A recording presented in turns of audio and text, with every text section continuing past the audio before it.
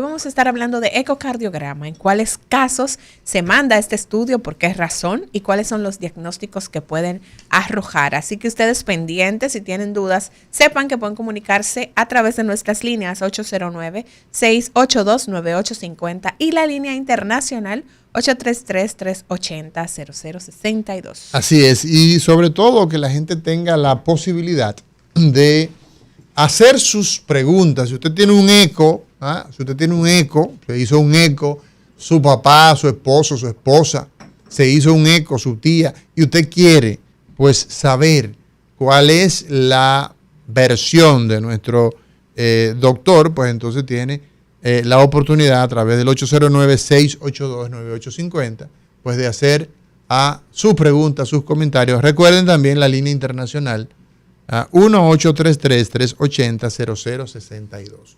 Y en este caso, doctor Ángel González Medina, lo primero que necesitamos saber es qué es un ecocardiograma.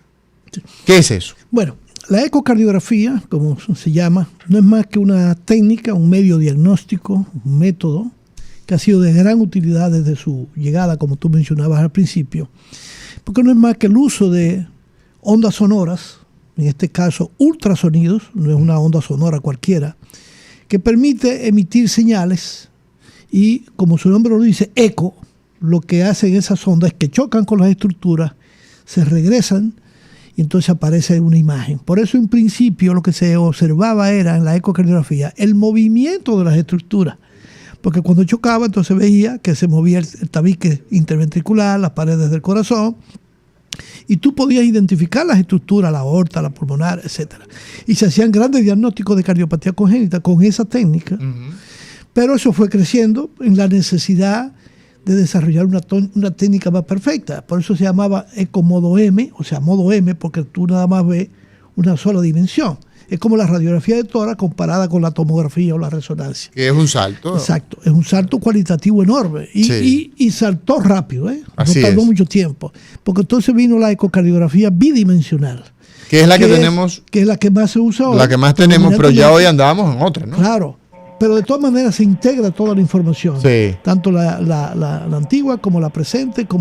Entonces tenemos también la ecocardiografía tridimensional. Sí, que ya se usa más bien para algunas discriminaciones de alteraciones anatómicas. Cosas muy específicas. Sí, ¿no? se usa más en obstetricia. En obstetricia sobre todo. Sí, porque incluso se le ve hasta la carita a las productoras. Vamos a ver qué dice la gente. 809-682-9850.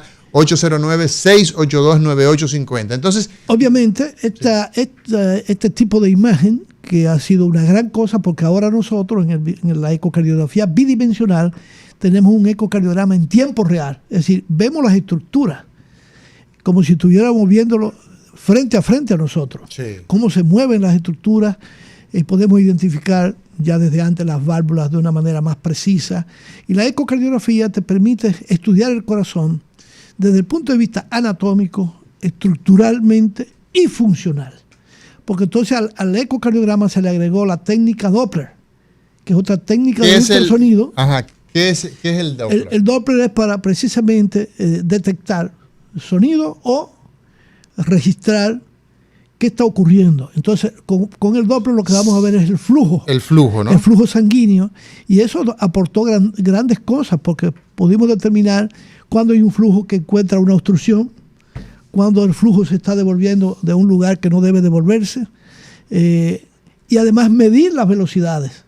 Y a través de medir las velocidades poder determinar las presiones que se están manejando en las cavidades cardíacas y poder precisar un diagnóstico para no solamente dar un diagnóstico a ese paciente, valga la redundancia, sino poder actuar en consecuencia, es decir, en qué momento preciso debemos actuar para corregir algún defecto que sea corregible o simplemente determinar cuál es el trastorno en sentido general, es decir, poder evaluar fehacientemente y con precisión lo que debemos hacer.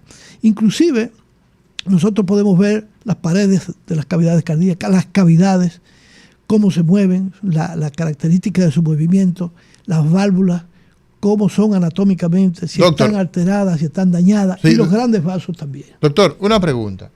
usted que ha hecho gala de las investigaciones del médico acucioso, ¿podríamos nosotros hacer un paralelismo entre la medicina sin ecocardiografía y la medicina con ecocardiografía? ¿Qué diferencia hay cuando el cardiólogo de hoy dispone de ecocardiograma? No, mucho. Sin él. Sí. La ecocardiografía se convirtió para mí, y así lo enseño, que es un método obligatorio. En la evaluación del paciente cardiovascular. Ya tú no puedes oiga eso. Tú no puedes decirle a un paciente su corazón está bien sin hacer un ecocardiograma. Sin hacerle un eco. ¿Por qué? Porque tú puedes tener algún daño que no produce ningún tipo de síntoma ni ningún tipo de hallazgo y está ahí. Por ejemplo, pequeños tumores. ¿Hay tumores en el corazón? Claro que sí. Esos son los mixomas. De eso hemos hablado, el mixoma, que es el más común, que aparece fundamentalmente en las aurículas, las cavidades auriculares. Los atrios. Sí, y tiene mucha importancia porque los mixomas incluso se manifiestan con síntomas sistémicos, pero a veces tan pequeñitos que van hacia el cerebro. Exacto. Yo recuerdo una paciente inclusive que fue a hacerse una evaluación para que se iba a operar de la vesícula. Yo no necesito un eco, ya a su edad necesito un eco, debemos saber su estructura. Además eso da seguridad. Al anestesiólogo le gusta que le manden su ecocardiograma porque le da una seguridad enorme. De que ya lo vio alguien. Llamado riesgo anestésico. En estos días me llamó una paciente que porque yo le había puesto riesgo anestésico clase 2, pero riesgo cardiovascular bajo. Porque ahí está la clasificación de la Asociación Americana de Anestesiólogos y hay otras clasificaciones. Y yo le dije, mira, lo que pasa es que el paciente sano, ese es clase 1, pero tú tienes enfermedad y tú tienes 44 años y tú te vas a hacer una cirugía de abdomen que aumenta el riesgo. No es riesgo nada más de infecciones y de complicaciones, sino complicaciones como la embolia pulmonar. Claro. Y ella tiene varices pequeñitas, pero tiene. Entonces yo le expliqué, entonces ella entendió. Y es abogado.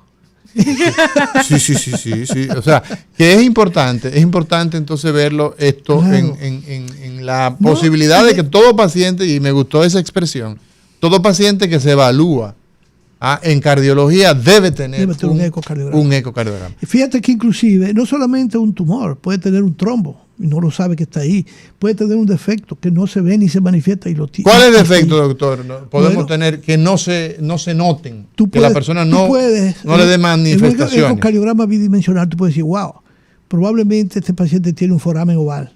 ¿Qué es eso? Porque tú ves... ¿Qué es el foramen oval? El foramen oval es un hoyito que tenemos entre las dos aurículas, en el tabique que divide las dos aurículas, que lo tenemos durante el desarrollo intrauterino, es decir, cuando estamos en el vientre de la madre. Inclusive se cierra un poco antes o se puede cerrar hasta después del nacido. Ok, pero si persiste entonces es un problema. Claro, si es un defecto pequeño que no tiene tanto riesgo, ya no se cierran todos, sino que se evalúa una serie de aspectos para ver, porque si el paciente puede hacer, muchas veces la forma de manifestarse eso, ¿sabe cómo es? ¿Cómo?